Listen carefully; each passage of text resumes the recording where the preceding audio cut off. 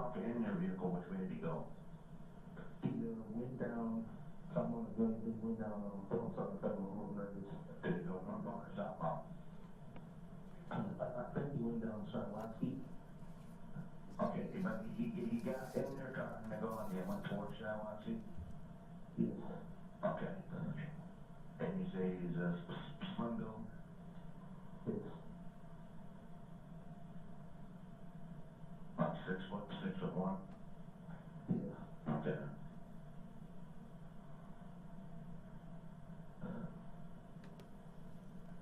And you've never seen this guy before at all? No, sir. I don't know. I've been around for my life. No, that's fine. I was just asking if you had ever seen it before. So, and you got the plate on that vehicle? I'm sorry, I just put my one time around, so I don't know if he's gonna come back. He just hasn't go back. I'm trying to find my wallet. No problem.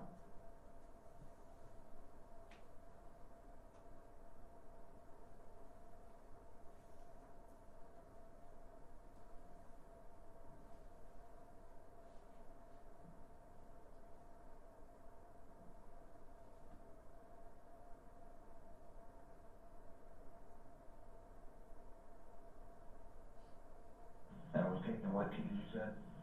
Yes. Okay. With those in my main garage, just in case they, you know, Is it a Trailblazer? Yes.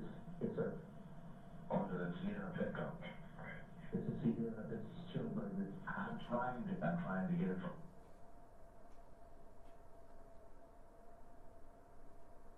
So you pretty much get the gist of that.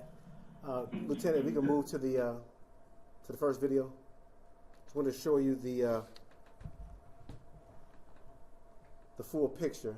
Also, when this is occurring, the Southfield police officers are already dispatched. This particular dispatcher just kept him on the phone getting additional information. All right, first video.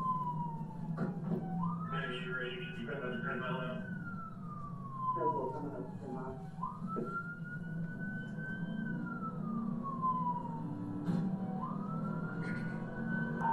One radio I got on. We're towards you right now. Towards you from the beach.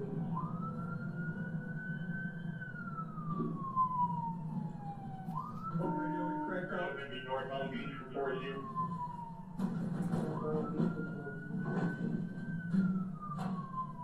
One radio, he's running with the pistol on him, running with the gun on him. Running with the gun on him.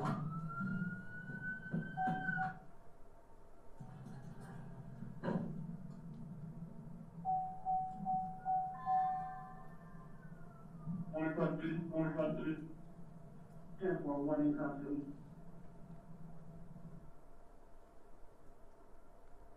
Second video, another angle. This will be the angle you'll see him make contact with the Southfield police vehicle. There's a spot. One radio, I got him. We are towards you right now, coming up the beach. Where is he coming up the beach?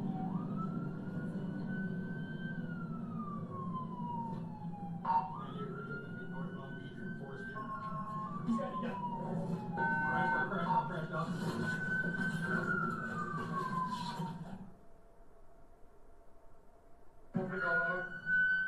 see he dropped the assault rifle.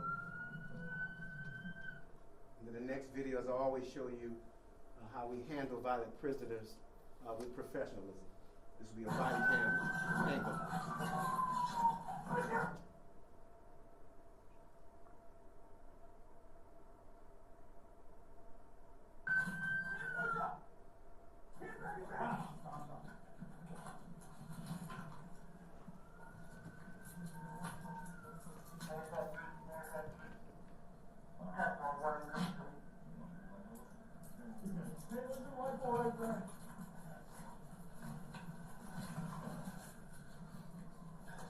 You heard, man?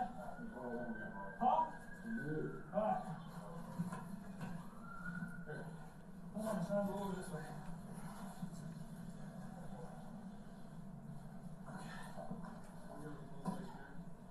Hold somebody come on the other side. All right. Stay on that. We'll give him my hospital. Right here.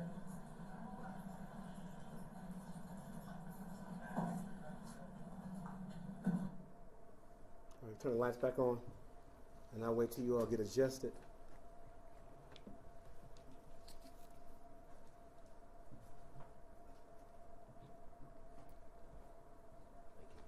You ready? All right. So therefore, our suspect, Hubbie Marion III, was charged by the Oakland County Prosecutor's Office, count 1, carjacking, count 2, and there will be 3 counts of part 2, felony firearm, count 3, fleeing and eluding, 3rd degree, count 4, carrying a concealed weapon, count 5, felonious assault, count 6, resisting and obstructing a police officer, count 7, a drive while license suspended. Also, he received a $500,000 cash bond. His next court date is scheduled for February 14th at 9 a.m. And so what's interesting about this particular individual as he attempted to escape Southfield police officers, when you look at the history of armed suspects who flee from law enforcement that are carrying weapons, generally, when they have no desire to assault the officer, they generally leave those weapons in the vehicle. But as you see, multiple police officers on scene, he made the decision to carry that weapon, not only carry it, display the weapon. And so you got to ask yourself the question, what was his intentions? Generally, one intention is to assault the police officer with the weapon, or if he's able to successfully escape, maybe carjack another vulnerable citizen to further his getaway attempts, or third, use that weapon to force himself into someone's home. And so this is why we continue to really raise awareness of what police officers go through on a daily basis. As I always say, this job is very difficult. This job is very dangerous. But our police officers show up to work every day and encounter these violent suspects. And so before I move on to open up the floor for questions, I will turn it over to our Oakland County Prosecutor, Karen McDonald. Thank you. Good morning. I'm Karen McDonald, and I'm the Oakland County Prosecutor. I do want to echo Chief Barron and his statements about his police force. This is not surprising at all. We see and we've long known that Southfield Police Department acts with the utmost professionalism and does so putting their own life at risk.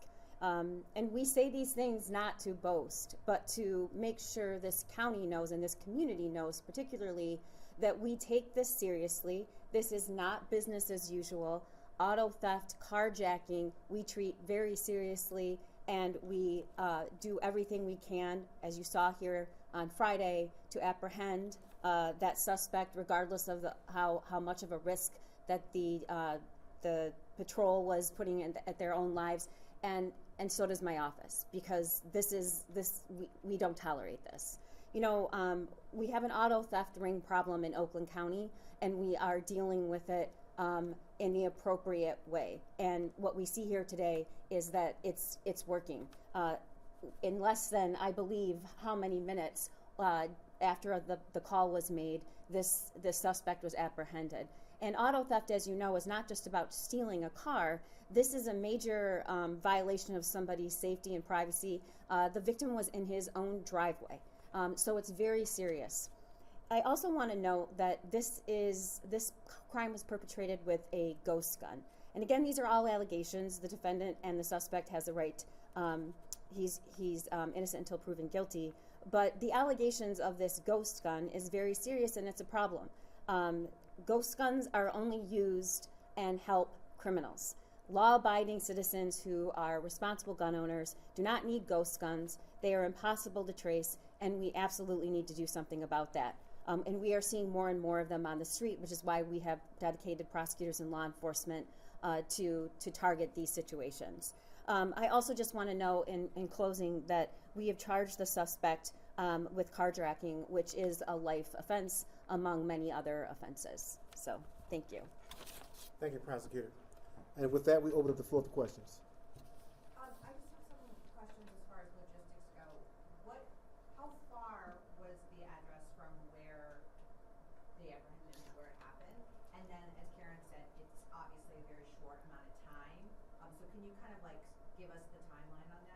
Yeah, absolutely. So we were able to track the suspect within 3 miles from the original carjacking scene.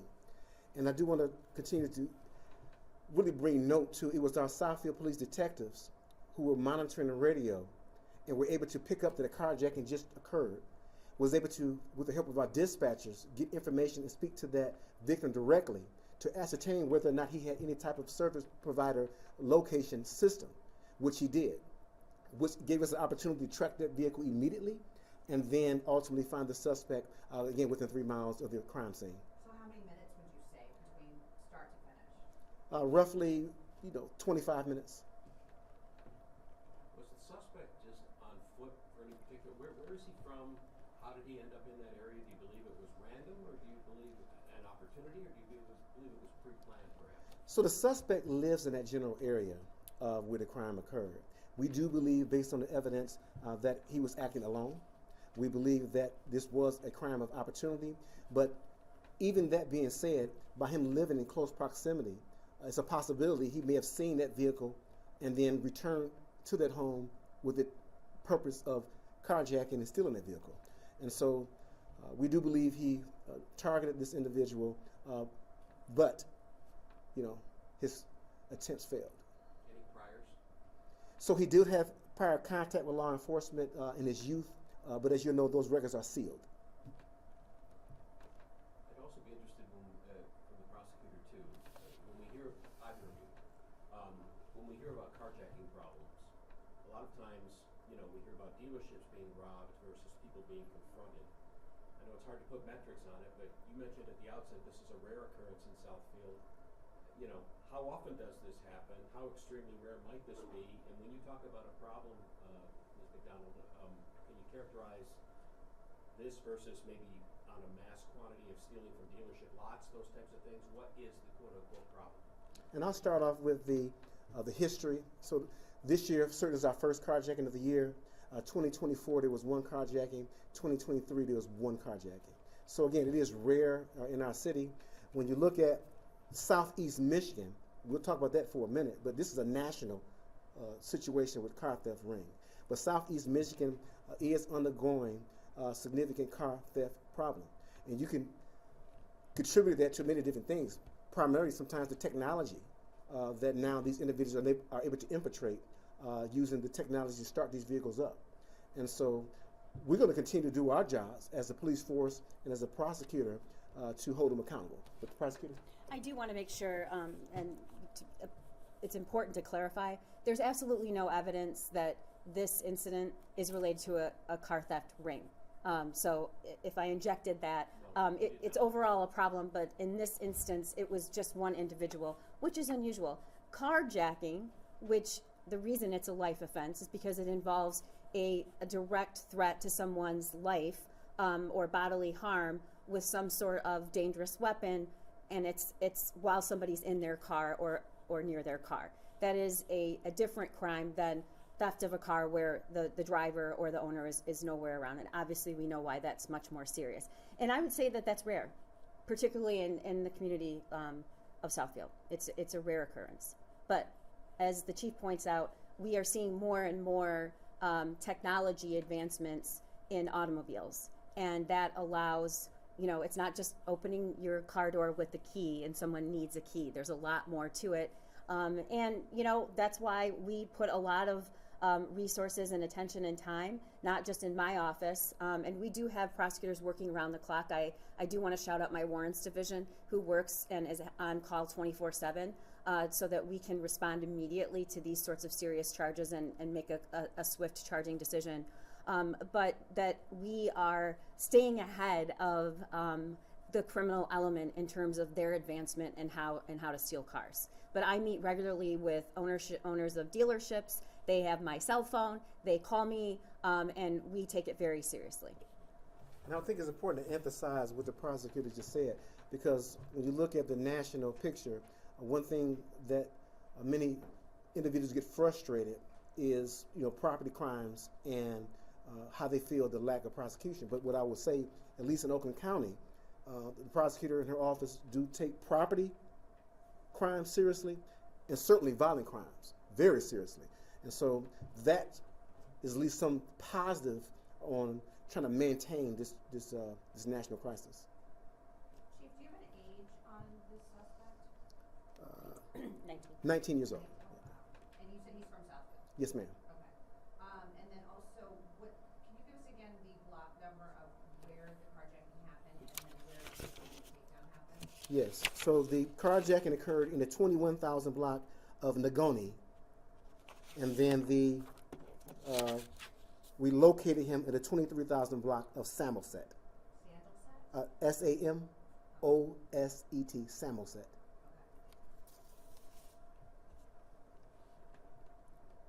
Prosecutor, if you could add one more. Appreciating presumed innocent, appreciating it, all the procedural stuff. When you talk about up to life, I don't even know if you care to even opinionate on it, but is this something you want to try and do in these cases? Is this something it's a wait and see and you weigh it out and hear more from the defendant if it proceeds that far? And I'm just curious what you might have to say. At the charging decision point, we know the least amount of information about a suspect. And the investigations almost never complete, and we don't know anything about how it occurred or where the suspect's from or we always take that into consideration. I'll say that this wasn't a close call. When somebody approaches somebody who is a victim in their car and points a gun, in this case a ghost gun, which was an automatic rifle, and threatens to injure somebody, to get out of their car and steal it, that is very serious, and we're going to charge that crime every time. But look, it's a failure, right? He's 19 years old. Also, let's talk about the gun. We need to start talking about where these young people and everyone, any suspect, where did this gun come from? And I say this all the time, and I think we need to talk about it more. Where did this gun come from, and how did they get it? Now, we have limitations in our investigation. We need a lot of cooperation, but that's why we have a gun violence task force, and we work with federal agents about the guns on the street, where they come from, and we've made some real progress. Yes, I'm ma'am. wondering what your chase policy is, because obviously this turned into a chase. It's daylight. I'm just wondering. It's a great question. Vehicular pursuits are dangerous. One thing the Southfield Police Department is, I head this great organization. We're very mindful of the fact that these are very serious when we make a decision to pursue a vehicle. We exercise a number of different techniques to minimize risk to the public. One, I got great supervisors who are monitoring our police pursuits, and we've terminated a number of them over the years. Secondly, the police officers themselves have also terminated police pursuits on their own. We've gotten training from Oakland County Sheriff's Office, pit maneuver training, where officers are trained at immobilizing these vehicles and then boxing them in, again preventing them from furthering these police pursuits.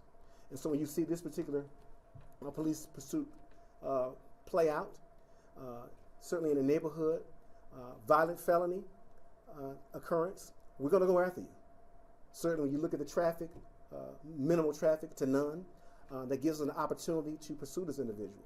You look at the road conditions that actually helped us in this situation, because when he turned that corner at a high rate of speed, he slid into that ditch, disabling that vehicle. So we're going to continue to pursue when it's safe, but we're not going to just let a violent criminal come into our city, carjack someone, and not give that victim an opportunity for closure. Can I speak to that too? Yes. We're in the position of, we review all criminal charges that are presented to us in the whole county, every agency.